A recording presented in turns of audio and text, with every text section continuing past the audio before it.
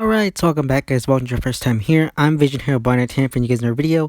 Today I'll be giving you guys my review for Power Rangers Dino Fury, the season finale, Void Trap. Now, if Power Rangers something you're interested in, don't forget to hit subscribe button down below, hit that bell icon, then I miss more Power Rangers content from me moving forward. Now let's begin. So we are officially at the season finale for Power Rangers Dino Fury Season 1. Now, I had originally planned to have this video out right away, or right around when they had originally premiered on Netflix nearly 2 months ago. However, life got in the way, things got busy, and I just didn't get around to it. I had a lot of mixed feelings about the finale, so I wanted to watch it a few extra times, and then as time went on, I decided to leave it until it actually aired on Nick, so here we are now.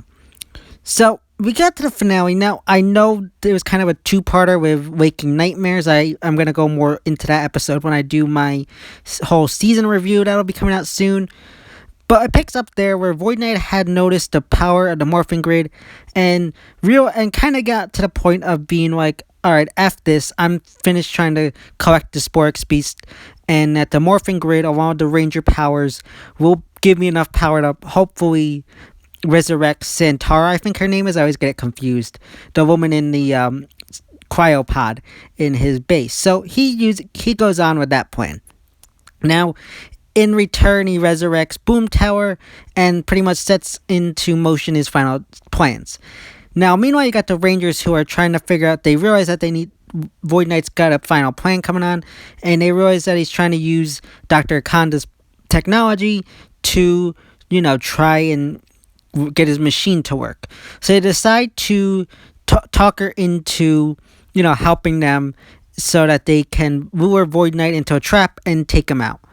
Which is a smart plan on the Rangers' behalf. Of course, with it being Ollie's mom, he objects. But they end up talking to her one-on-one and say that, look, let her make her choice for herself, which she does. She goes out and lures them out into a trap. Void Knight gets the capacitor, but in the process, you got Regal, who sends her, Sliver, and Mucus into what is called the dark dimension. I know there's one in the comics. I don't know if this is similar. I'm really, really behind on the comics, so I have no idea. But he sends the three of them into the dark dimension while he, along with himself, which forces Zayto to go after them and try to rescue Ollie's mom. Now, meanwhile, you got Boomtower, who has one final third face-off against the remaining Rangers. Now, this is a really good final fight. I do kind of wish Sliver was there too.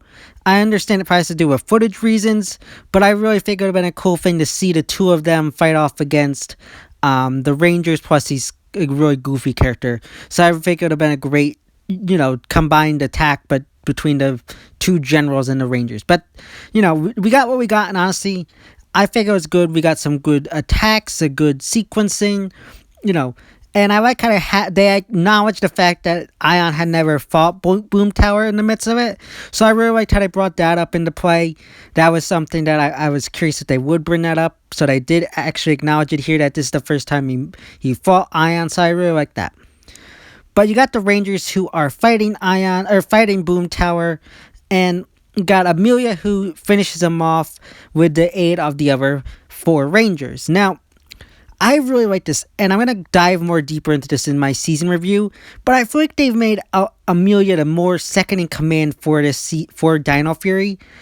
You got Izzy and Javi, who definitely are not second in command. Ollie, I feel like he could potentially be second in command during certain moments throughout the season, but he just doesn't reach that level, to my opinion.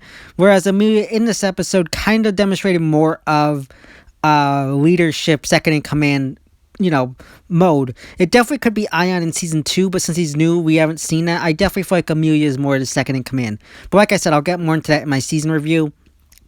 So they take out Boomtower, and they think they won, but out of nowhere you got Void Knight, who ambushes them and uses those sleepy cuffs again, capturing everyone except for Ollie again. Now this is another area where I'm kind of frustrated on, because I wish they would have given it to someone else.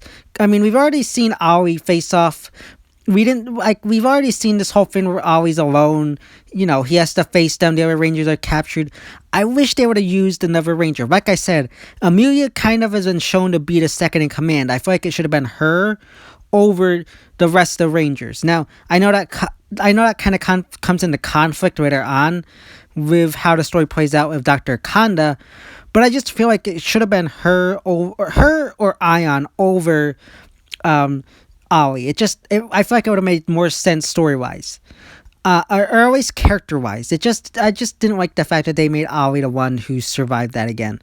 But you got Zayto, meanwhile, in the Dark Dimension. He defeats Regal, kills him off.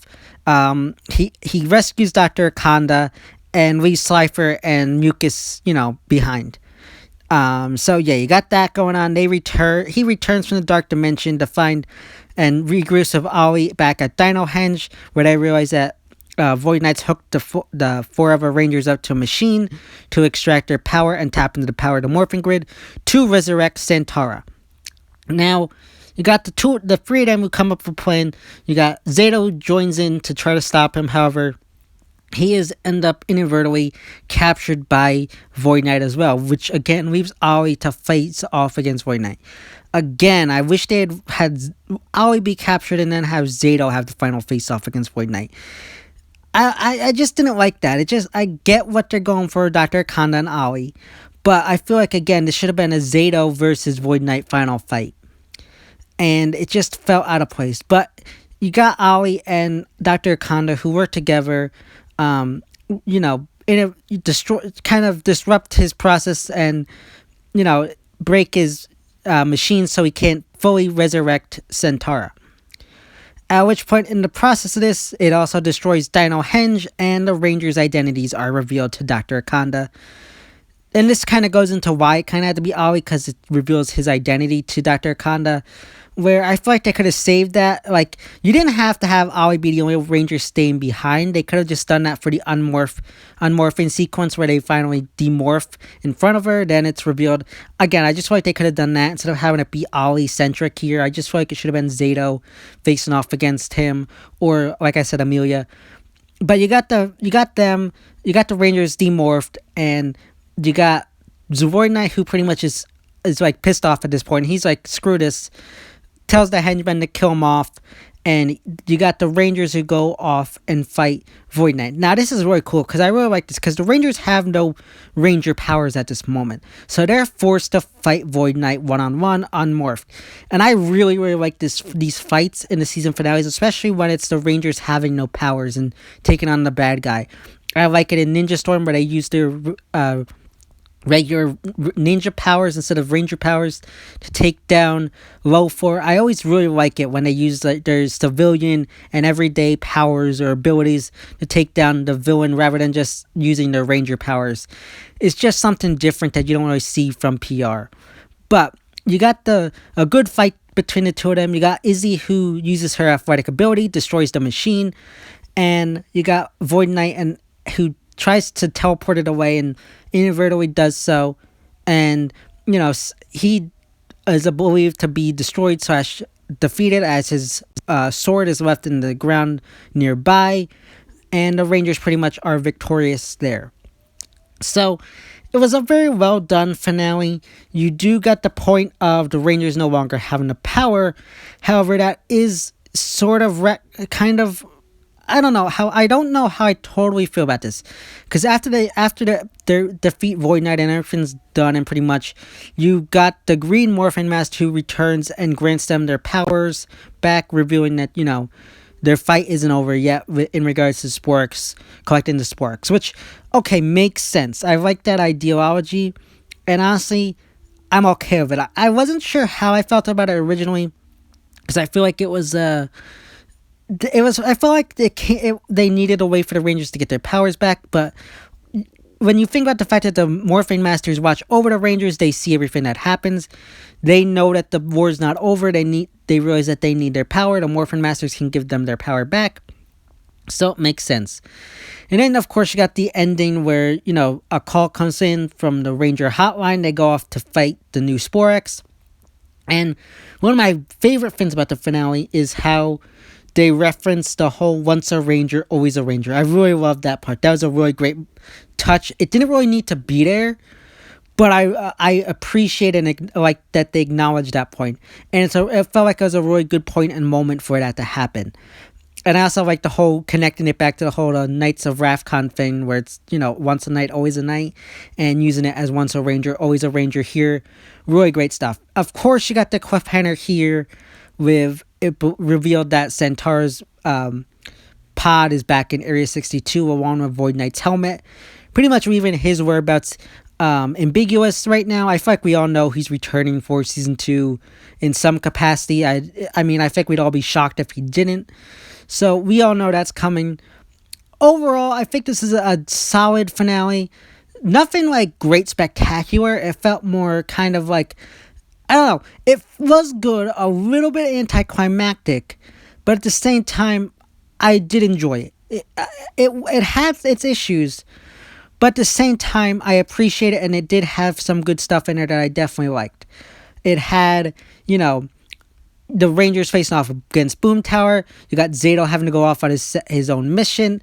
You got the Rangers actually captured and the dire need to rescue them. It was all great stuff. Again, I just feel like they should have used Zayto more focused in the final fight rather than Ollie, and I feel like Amelia could have shined more a bit as they kind of make her more the second in command compared to Ollie, where sometimes I feel like it's forced.